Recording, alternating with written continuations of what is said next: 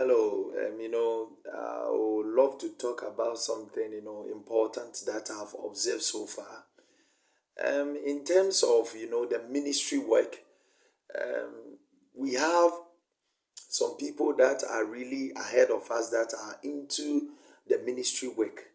And, they are doing well, and I'm not against it.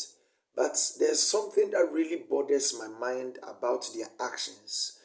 If they observe that you are a young minister, that you are now coming doing the work of the Lord, they tend to despise you. Sometimes some people end up insulting you, others end up saying a lot of things about you, which is not encouraging.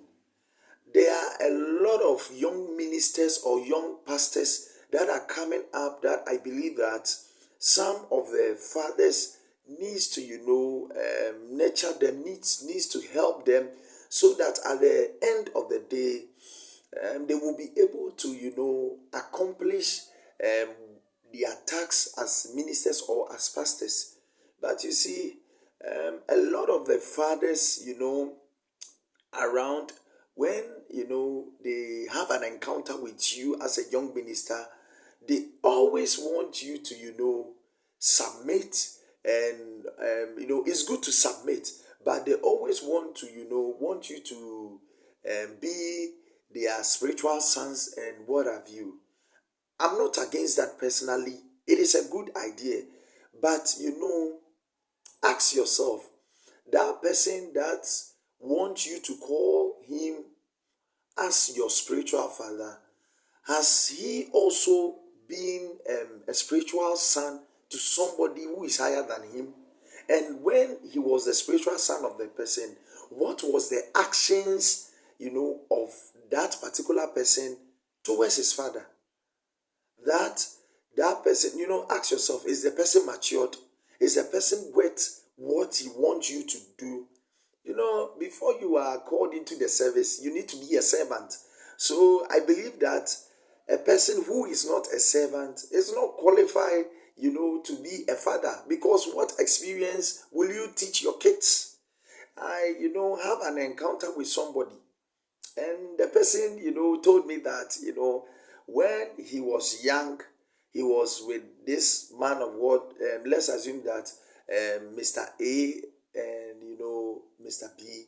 Now, Mr. A had a church, and when he had a church, Mr. B came as a normal member. He was able to raise the man. He was able, Mr. A was able to raise Mr. B, and he became a pastor. When Mr. B became a pastor, he Mr. A. He spoke to him anyhow. He acted wrongly towards him. And Mr. A never spoke anything. When his years of service with him, ended, he allowed him to, leave, to set up a different a place for him to start his own church. So he left. He left, without saying thank you, or without, appreciating Mr. A. He left to start his own ministry. Now, when he went away to start his own ministry, over the years, he began to experience some challenges that he couldn't, comprehend, and he couldn't explain it to anyone. And whatever actions that he did against Mr. A, the people that he was also raising did that same thing against him, and it's really, really, really affected him.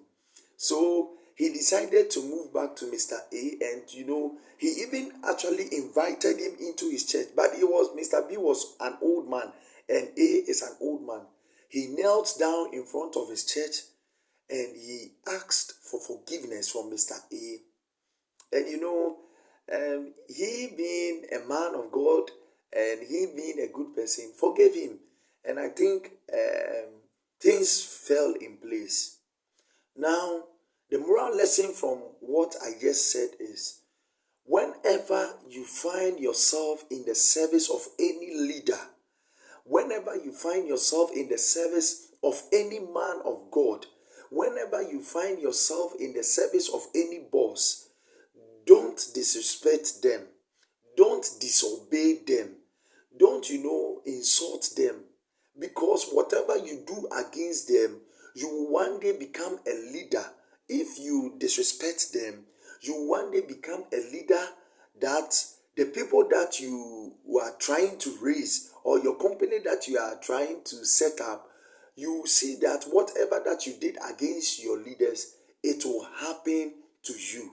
So please, whilst you are servant, you learn not to, act ignorantly, which will affect you negatively. Thank you very much, and God bless you.